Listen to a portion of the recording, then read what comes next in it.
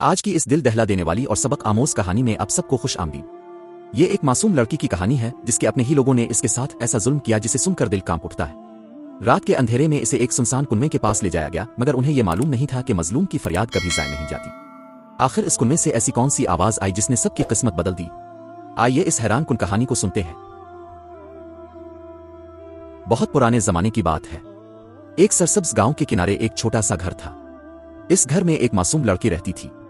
इस लड़की का नाम आयशा था। आयशा बहुत नर्म दिल और नेक तबीयत की मालिक थी। वो हमेशा सबकी मदद करने की कोशिश करती थी। गांव के लोग भी इसकी मासूमियत की तारीफ करते थे, मगर उसके घर के अंदर हालात इतने अच्छे नहीं थे। आयशा की सौतेली माँ इसे बिल्कुल पसंद नहीं करती थी। इसके दिल में आयशा के लिए अजीब सा हसद और नफरत थी। वो अक्सर इसे डांटती रहती थी और मामूली बातों पर भी इसे सजा देती थी। आयशा का बाप एक मेहनती आदमी था। वो ज्यादातर वक्त काम की वजह से घर से बाहर रहता था। इसी वजह से इसे घर के हालात का सही अंदाजा नहीं था। आयशा खामोशी से सब कुछ बर्दाश्त करती रहती थी। वो किसी से शिकायत नहीं करती थी। रात को जब सब सो जाते थे तो वो आसमान की तरफ देखकर दुआ करती थी, आ अल्लाह, तो सब कुछ जानता है, तो मेरे दिल का हाल भी जानता है, मुझे सब्र अता फरमा। एक दिन आयशा की सौतेली माँ के दिल में एक खतरनाक ख्याल आया। वो सोचने लगी कि अगर आयशा इस घर में ना रहे तो इसकी जिंदगी आसान हो जाएगी। इसी ख्याल ने इसके दिल को मजीद सख्त बना दिया। इसने अपनी एक करीबी रिश्तेदार औरत को अपने मंसूबे में शामिल कर लिया। दोनों ने मिलकर एक खौफनाक फैसला कर लिया। एक रात जब गांव में गहरी खामोशी थी और हर तरफ अंधेरा फैला हुआ था, उन्होंने आयशा को आवाज दी, आयशा बेटी, हमारे साथ चलो, हम तुम्हें एक जगह ले जा रहे हैं। आयशा ने मासूमियत से पूछा, कहां? सौतेली मां ने नर्म लहजे में कहा, तुम्हें एक अच्छी जगह दिखाने ले जा रहे हैं। आयशा को जरा भी शक नहीं हुआ। वो खामोशी से उनके साथ चल पड़ी। चांदनी रात थी और ठंडी हवा चल रही थी। वो तीनों आहिस्ता आहिस्ता गांव से दूर जाने लगे। कुछ देर बाद वो एक सुनसान जगह पर पहुंच गए। वहां एक पुराना और गहरा कुनवा मौजूद था। इस कुनवे के इर्द गिर्द घने दरख्त थे और वहां मुकम्मल खामोशी थी। आयशा ने हैरत से पूछा, हम यहां क्यों आए हैं? मगर उसके सवाल का जवाब देने के बजाय दोनों औरतों के चेहरों पर अजीब सा तासुर आ गया। उन्होंने एक मजबूत रस्सी निकाली और अचानक आयशा को पकड़ लिया। आयशा घबरा गई। इसने डरते हुए कहा, आप लोग क्या कर रही हैं? मगर उसकी आवाज सुनने वाला वहां कोई नहीं था। दोनों औरतों ने इसे रस्सी से बांध दिया और इसे कुनवे के ऊपर ले आए। आयशा की आंखों में खौफ था। वो मुसलसल कह रही थी, मुझे छोड़ दें, मैंने क्या किया है? मगर उनके दिल में जरा भी रहम नहीं आया।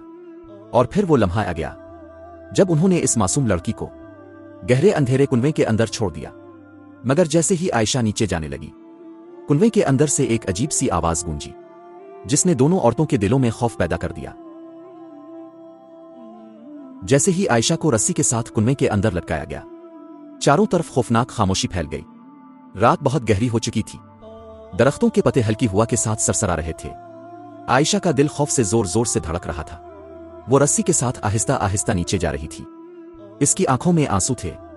वो बार बार कह रही थी, उम्मी, मुझे बाहर निकाल ले, मैंने आपका क्या बिगाड़ा है? मगर ऊपर खड़ी दोनों औरतों के दिल पत्थर बन चुके थे। उनके चेहरों पर जरा भी रहम नहीं था। जैसे जैसे आयशा नीचे जा रही थी, कुनवे के अंदर अंधेरा बढ़ता जा रहा था। नीचे से ठंडी हवा आ रही थी। अचानक आयशा के दिल में खौफ के साथ साथ अल्लाह का ख्याल आया। इसने आंखें बंद कर ले और आहिस्ता आवाज में दुआ करने लगी, आ अल्लाह, तो ही मेरा मददगार है। अगर मैं बेकसूर हूं तो मेरी हिफाजत फरमा। आ अल्लाह, मुझे इस मुसीबत से बचा ले। उधर ऊपर खड़ी दोनों औरतें बेसब्री से इंतजार कर रही थीं। इनमें से एक ने कहा, जल्दी करो, इसे नीचे छोड़ दो, हमें यहां से जल्दी जाना है। दूसरी औरत ने रस्सी को मजीद नीचे छोड़ दिया। अब आयशा तकरीबन कुनवे के निचले हिस्से के करीब पहुंच गई थी। इसी लम्हे अचानक कुनवे के अंदर से एक अजीब सी आवाज गूंजी। ऐसी आवाज जैसे किसी ने गहरी सांस ली हो। दोनों औरतें चौंक गईं।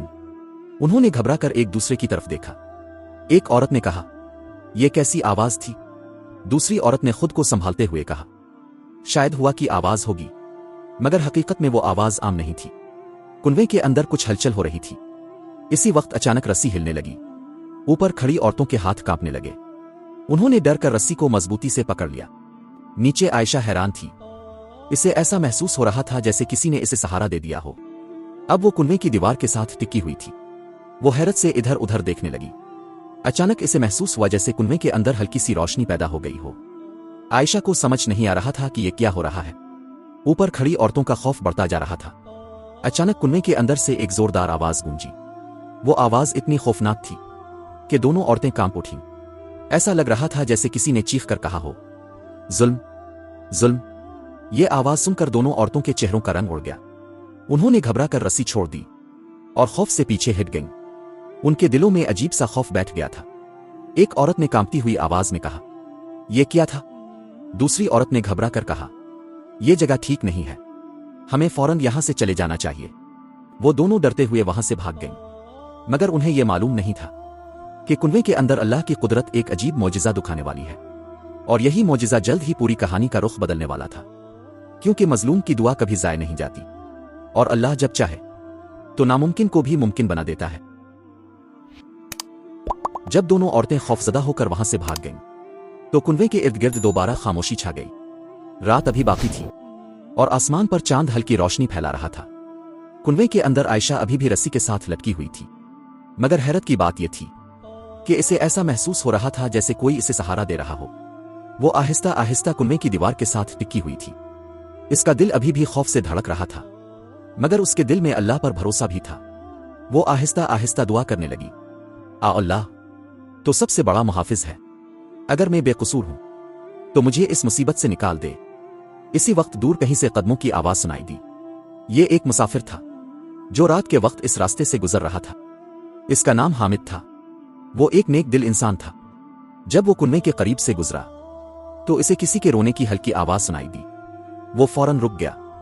इसने गौर से सुना तो आवाज वाकई कुएं के अंदर से आ रही थी। हामिद हैरान रह गया। वो फौरन कुएं के पास आया और नीचे झांक कर देखा। अंदर अंधेरा था, मगर इसे एक लड़की की हल्की सी आवाज सुनाई दी। इसने बुलंद आवाज में कहा, कौन है वहां?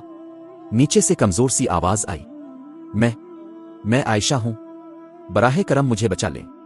यह सुनकर हामिद का दिल कांप गया। इसने फौरन इर्द गिर्द देखा और वही रस्सी पकड़ ली जो कुएं के अंदर जा रही थी। इसने पूरी ताकत से रस्सी को खींचना शुरू किया। कुछ देर की कोशिश के बाद वो आहिस्ता आहिस्ता आयशा को ऊपर ले आया। जब आयशा कुएं से बाहर आई तो वो बहुत कमजोर हो चुकी थी। इसकी आंखों में आंसू थे। हामिद ने नरमी से पूछा, बेटी तुम यहां कैसे गिरी? आयशा ने रोते हुए सारा वाकया बता दिया। ये सुनकर हामिद को बहुत दुख हुआ। इसने आयशा को तसल्ली दी, बेटी रो मत, अल्लाह ने तुम्हें बचा लिया है। हामिद आयशा को अपने साथ गांव ले आया। सुबह होते ही पूरे गांव में यह खबर फैल गई। लोग हैरान रह गए।